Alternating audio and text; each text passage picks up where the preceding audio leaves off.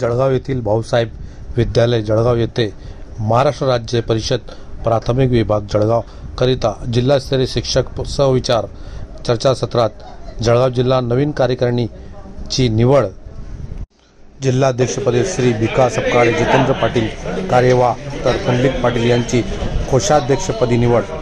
आज प्रांताध्यक्ष श्री मधुर उन्हाळे, प्रांत कार्यवाह श्री पुरुषोत्तम काळे, प्रांत संघटन मंत्री श्री सुरेश दंडवते, उपरांत कोषाध्यक्ष श्री भूषण चौधरी यांच्या नेतृत्वावर विश्वास ठेवून जळगाव जिल्ह्याची नूतन कार्यकारिणीची निवड करण्यात आली। कार्यकारिणी तयार झाल्या।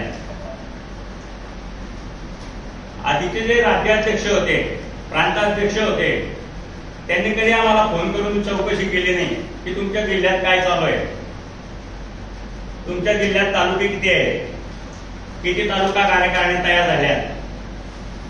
पण आपले पुरुषोत्तमजी काळे हे नेहमी आमच्या संपर्कात असायचे। शिक्षक परिषद ही स्थापन होण्यापूर्वी महाराष्ट्रामध्ये वेगवेगळ्या नावाने परिषदेचं काम चालत होतं। म्हणजे कोकणामध्ये शिक्षक क्रांती दल या नावाने काम चालायचं पूर्वी, ज्याचे वसंत बापट साधारणतः एक 6 टर्म आमदार होते।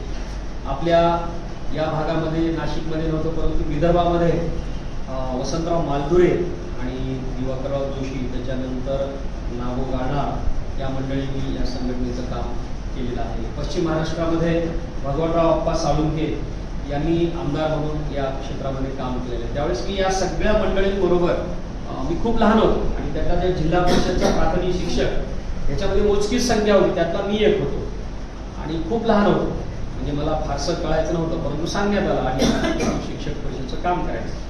या सगळ्या मंडळींच्या सहवासामध्ये राहून त्यांच्या कामाची पद्धत, त्यांनी प्रश्न मांडण्याची पद्धत, 3 स्तरावर साधारणतः आपण प्रश्न मांडत असतो। म्हणजे शिक्षक परिषदेमध्ये मंत्रालयीन स्तर असतो की जिथे धोरण ठरवलं जातं शासनाचं, मंत्री धोरण ठरवतात आणि त्या मंत्रालयीन स्तरावर आपण परिषदेचे आमदार आणि शिक्षक परिषदेचे कार्यकर्ते म्हणून धोरण ठरवायला जातो। त्यावेळेस सरकारला आपण सांगू शकतो की तुमच्या धोरणातल्या या त्रुटी आहेत, या धोरणामध्ये आमचा शिक्षक म्हणून आमचं हे अशा पद्धतीचं म्हणणं आहे। अशा प्रकारचा पहिला स्तर आपण ठरवतो। त्याच्यानंतर आपण संचालक स्तरावर येतो, जिथं अंमलबजावणीचा विषय असतो आणि जे काही धोरण ठरले आणि ते अंमलबजावणी करत असताना संचालक स्तरावरच्या मंडळींच्या राबवत असताना, धोरण राबवत असताना त्या हमखास काही चुका करतात। कधी कधी जाणीवपूर्वक चुका करतात, कधी कधी नकळत चुका होतात आणि त्याचा सगळा त्रास यंत्रणेवर म्हणजे आपल्या शिक्षकांच्या होत असतो। जसं आता आपण ही सगळी यादी काढली, ही सगळी यादी काढत असताना ही सगळी धोरण राबवत असतानाच्या निघालेल्या त्रुट्यांचा सगळा समावेश आहे। मूळ धोरणाचा काही त्याच्यात दोष नाहीये।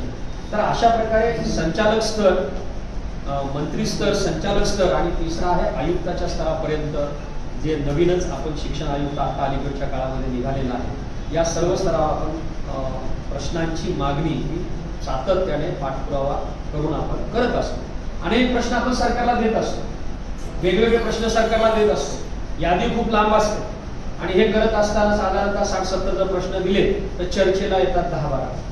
संचालक मंत्री म्हणतात मला वेळ नाही, हे महत्वाचे तेवढे जे प्रश्न आहेत ते आधी सांगा, मग परत आपण 10-12 प्रश्न महत्वाचे काढतो। त्यातल्या त्या 4-5 प्रश्नावर चर्चा होते, एखादा दुसरा प्रश्न 4-5 वेळेस भेटल्यानंतर सुटत असतो। म्हणजे ही आतापर्यंतची परिस्थिती मी तुम्हाला, मला जी काही गेली 30 वर्ष झालं मी शिक्षक परिषदेचं काम करतो त्याच्यातून आलेला हा अनुभव। 8 दिवसामध्ये याच्यातले मी विभागणी केलेली की जे जळगाव जिल्हा परिषदेमध्ये प्रलंबित आहे त्याचं निवेदन जळगाव जिल्हा परिषदेला जाईल। जे मंत्रालय स्तरावर आहे त्याचे विषय मंत्रालय स्तरावर जातील। बरं, संघटन का गरजेचं आहे, का गरजेचे संघटन? 1 लाख रुपये माझा पगार आहे, कार्यालयात जाईल, भाऊसाहेबाला 500 रुपये देईल, मी माझे प्रश्न सोडून घेईल, मला संघटनेची आवश्यकता नाही, अशा विचाराचे काही लोक आहेत। मग असा विचार करून चालेल का? चालेल का असा विचार करून? ते चालेल का याचा विचार आपल्याला करायचा आहे। दुसरी गोष्ट की मी पैसा देऊन माझे प्रश्न सोडवेल, या जी प्रवृत्ती आहे या प्रवृत्तीला आपल्याला ठेचायचं आहे। संघटनेमध्ये ताकद आहे, लोकशाहीमध्ये ज्याची जेवढी ताकद आहे तेवढं त्याला लोकशाहीमध्ये मान आहे। तुम्ही 500 लोकांनी विषय मांडा त्याला तेवढं महत्व प्राप्त होईल, तुम्ही 5 लोक जाऊन विषय मांडा त्या विषयाला तेवढं महत्व प्राप्त होईल। तुम्ही किती लोक विषय मांडत आहात त्याच्यावर तुमच्या विषयाला महत्व आहे। तुम्ही जे विषय मांडले अत्यंत महत्वाचे आहेत, या प्रश्नावर प्रशासनाला धारेवर धरता येईल. पण केव्हा धरता येईल? जेव्हा तुम्ही सर्व एकत्र येईल. मग मला शक्य नाही. आज तर माझा लग्नाचा वाढदिवस आहे, पण आज आमचे पुंडलिक दादांचा वाढदिवस असताना ते इथपर्यंत आले. समयदान सबसे श्रेष्ठ दान. जो आपल्या जीवनामध्ये समयदान करेल तो खऱ्या अर्थाने संघटनेमध्ये यशस्वी होईल. आणि संघटनेचा मूलमंत्र सांगितला, संघटनेमध्ये प्रवास करावा लागेल. नांदेड ते जळगाव प्रवास करा. रिझर्वेशन नव्हतं, काल त्यांचं रिझर्वेशन कन्फर्म झालं, इकडनं कन्फर्म नाहीये. ते कसा प्रवास करतील? ते दिव्यांग आहे, त्यांच्या पायाला त्रास आहे. आज माझी बोर्डाची मिटिंग आहे, धुळे नंदुरबार जिल्हा पतसंस्थेचा मी संचालक आहे. आज सगळ्या शाळांना मी तिथे बोलवलंय. उद्या माझ्या भाचीचा साखरपुडा आहे.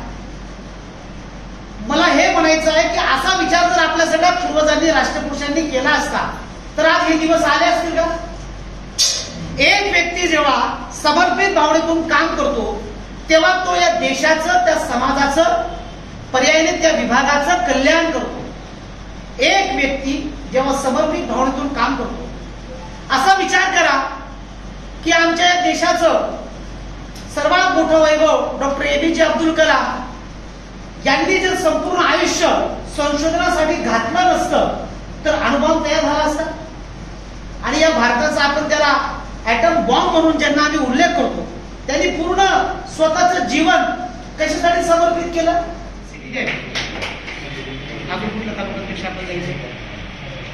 आता आपण जामनेर चेहरा आहे. आर्थिक नियोजन पक्का असेल आणि पारदर्शक असेल तर तिथं वाद उद्भवत नाही. परंतु असं काहीतरी घडलं आणि मग काळे सर, आदरणीय दंडवते सर यासारखे लोक त्याच्यात लक्ष घालायला लागले आणि त्यांनी जेव्हा त्यांच्या लक्षात आलं की काहीतरी गडबड कुठेतरी झालेली आहे आणि त्यांनी जाब विचारल्यानंतर समोरच्याला त्याचा राग आला आणि राग आल्यानंतर मग हे सगळं प्रकार म्हणजे क्रांती घडली. 2017ला आपल्या महाराष्ट्राच्या शिक्षक परिषदेचं महाडे अधिवेशन झालं होतं. जवळजवळ 17 ते 18 लाख रुपये त्या अधिवेशनामध्ये जमा झाले. आपली एक कार्यप्रणाली अशी असते की जर संघटने रजिस्टर्ड आहे, श्रमिक संघाची नोंदणी असलेली संघटना आहे आणि ज्या संघटनेने महाराष्ट्राला 17 आमदार दिलेले आहेत, आपल्या संघटनेने महाराष्ट्राला 17 आमदार दिले आतापर्यंत शिक्षक परिषदेने, त्या संघटनेचं जर अधिवेशन होते प्राथमिक विभागाचं तर त्याचा व्यवहार कुठेतरी पारदर्शक असला पाहिजे. तत्कालीन जे अध्यक्ष होते त्यांनी तो सगळा पैसा कॅशमध्ये जमा केला आणि कॅशमध्येच खर्च केला. त्याचं 4-5 वर्षापर्यंत कुठं काही सांगता नव्हता. पण जेव्हा आदरणीय काळे सर कोषाध्यक्ष झाले प्रांताचे तेव्हा त्यांनी तो मागचा हिस्सा ज्या टायमाला आपण एखादा चार्ट हँडओव्हर करतो तर त्यांनी सगळे मागचे ऑडिट रिपोर्ट्स, कथावणी, त्याचं प्लस प्रोसिडिंगनी त्याचं मागच्या वर्षाचे जिल्हा पुरस्कार प्राप्त पण ते आता खानदेशमध्ये थांबले. खानदेशमध्ये वाचनालय आहे. कायम झाले असं आहे का? पनवेलला माझे क्लास आहेत. तुमच्याकडे पाहून मला माझे पूर्वीचे दिवस आठवले.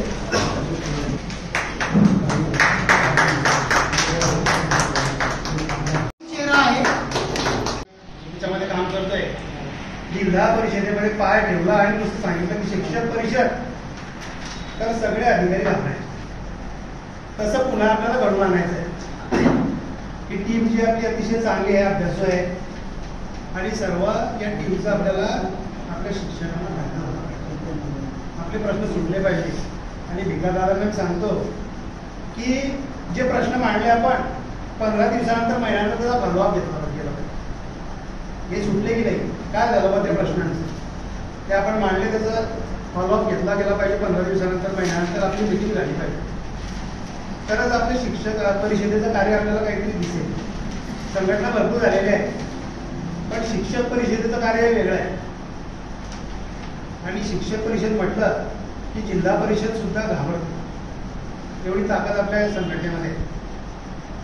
तर हे कोरोना काळामध्ये आपल्या जरा संघटनेचं काम थोडंसं पेंडिंग राहिलं. तर आता पुन्हा आपण जोमाने सर्व काम करू आणि जे काम आहेत आपले ते सर्व आपण